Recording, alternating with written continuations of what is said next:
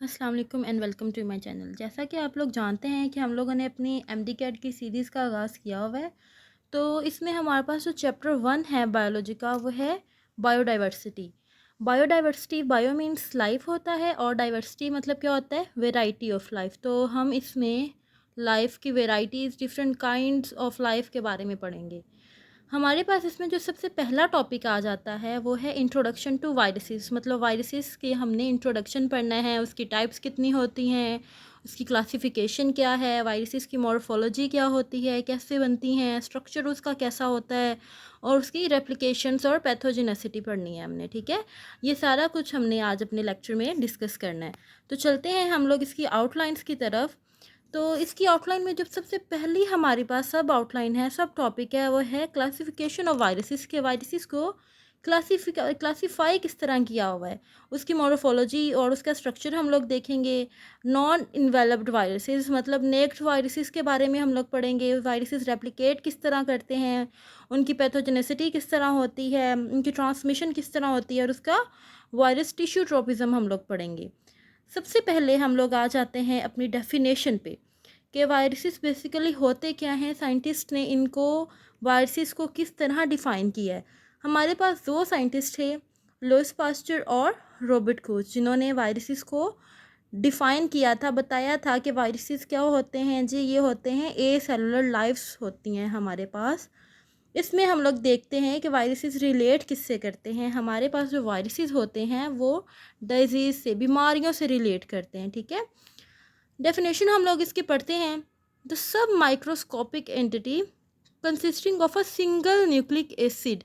Micro, small, सब microscopic entities जो होती हैं वो किस पर कंसिस्ट कर रही होती हैं, सिंगल न्यूक्लिक एसिड्स पर कंसिस्ट कर रही होती हैं, जो कि सराउंड किससे हुआ हुआ है, किससे घिरा हुआ होता है, by a protein coat. Protein coat से सराउंड हुआ हुआ होता है और capable of replication only with the living cells. और क्या करते हैं जी, रेप्लिकेट करते हैं, रेप्लिकेट कर सकते हैं किसमें, सिर्फ और सिर्फ लिविंग सेल्स के अंदर रेप्लिकेट कर सकते हैं। वो लिविंग सेल्स कौन कौन से हो सकते हैं, बैक्टीरियाज हो सकते हैं, प्लांट्स हो सकते हैं और एनिमल्स हो सकते हैं।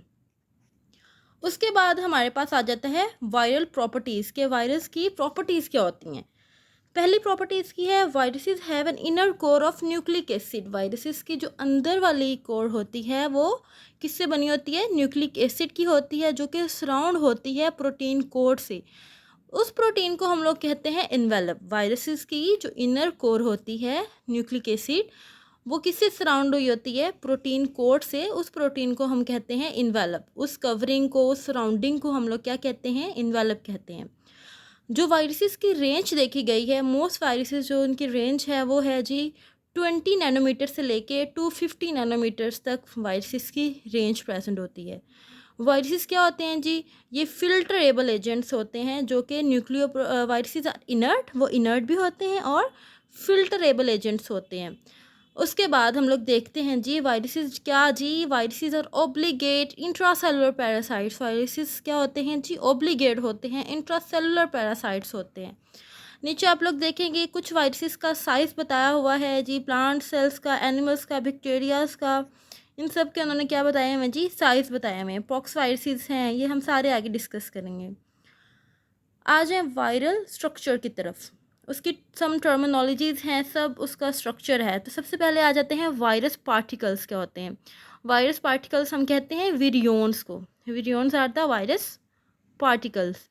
उसके बाद protein which code the genome. ऐसी प्रोटीन्स जो कि कोड करती हैं जीनोम को, उसको हम लोग कहते हैं कैप्सिड। क्या कहते हैं, कैप्सिड। वो प्रोटीन्स होती हैं जो कि जीनोम को कोट करती हैं, कवर अप करती हैं। उन प्रोटीन्स का नाम है कैप्सिड। कैप्सिड्स जो होते हैं वो सिमेट्रिकल होते हैं। ठीक है, कैप्सिड और जीनोम मिलकर क्या बनाते हैं, न्यूक्लियो कैप्सिड बनाते हैं।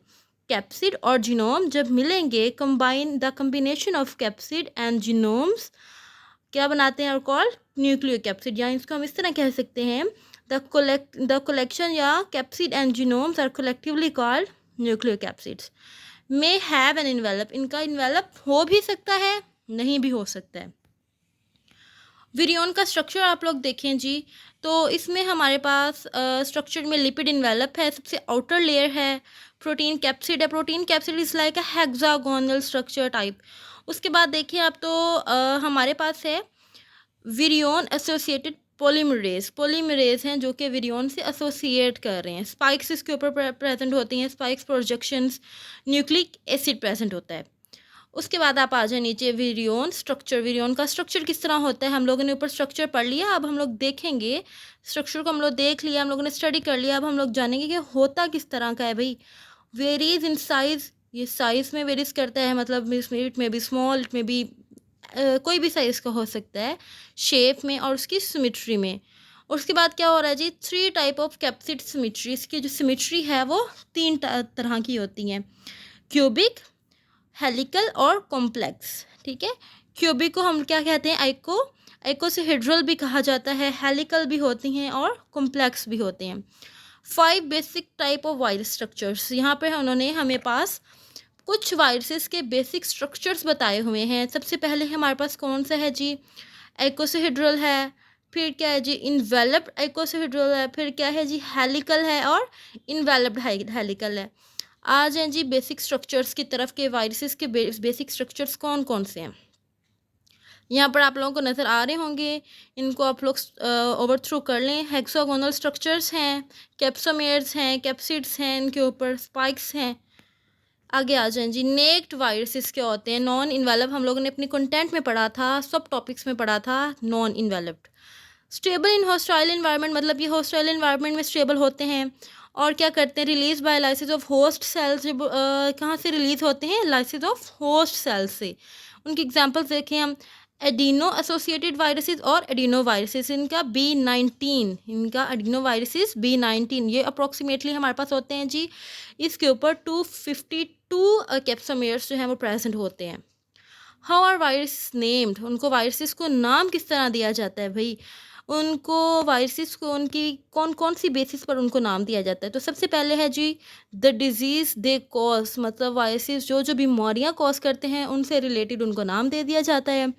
कौन सी बीमारियां हैं, जियोग्राफिक लोकेशंस पर, देयर डिस्कवरीज पर, और वो ओरिजिनेट किस तरह होते हैं और वो कंबाइन किस तरह होते हैं।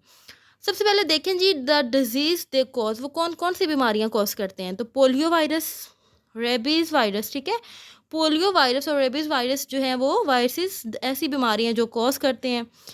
Okay, the type of disease, मतलब बीमारियां कौन कौन सी हो सकती हैं जी, मेरीन, ल्यूकेमिया और वायरसेस। जियोग्राफिक लोकेशन, उनकी लोकेशन क्या होते हैं जी, सेंडाई वायरसेस।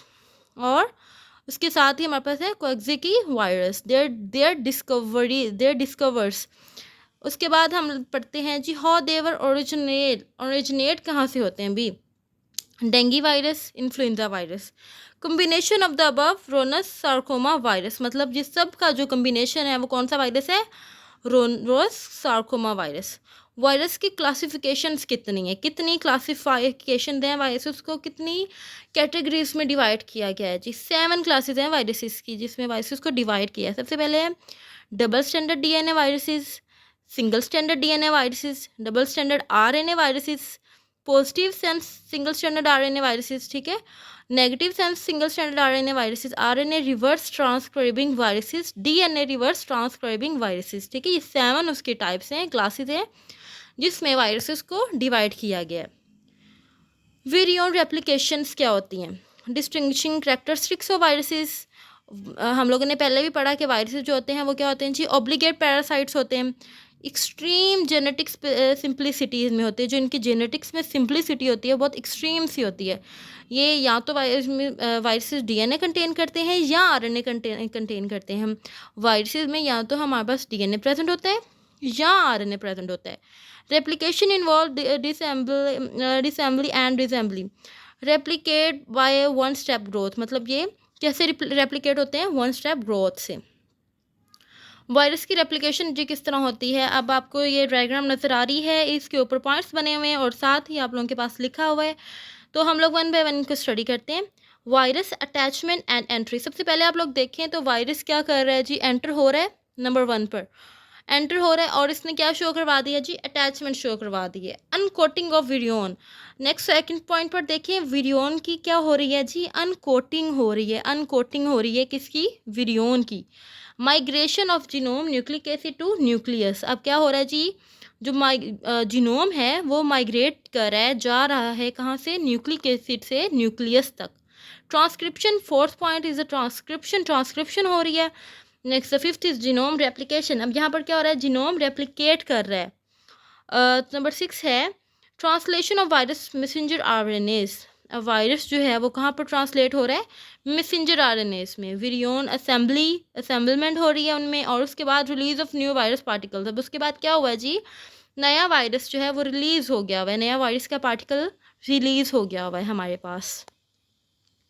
पैथोजिनोसिटी, पैथोजिनोसिटी क्या होता है जी, cell destruction, virus induce changes to gene expression, मतलब वायरसेस में कुछ चेंजेस होना, किस वजह से, उनकी जीन एक्सप्रेशंस की वजह से वायरसेस में चेंजिंग आना क्या होती है, पैथोजिनोसिटी। ये आपके पास इंपॉर्टेंट एमसीक्यूज है एमडीकैट के हवाले से कि व्हाट इज पैथोजिनोसिटी। तो वायरसेस इंड्यूस चेंजेस होती हैं वायरसेस में, किसकी वजह से, जीन एक्सप्रेशंस की वजह से। उसके बाद देखो इम्यूनोपैथोजेनिक डिजीजेज से क्या होती हैं, कुछ इम्यूनोपैथोजेनिक डिजीजेस भी कॉज हो सकती हैं, बीमारियां कॉज होती हैं। Generation of novel influenza A viruses, मतलब उनकी जनरेशन टू जनरेशन किस तरह चेंजिंग्स आ रही हैं।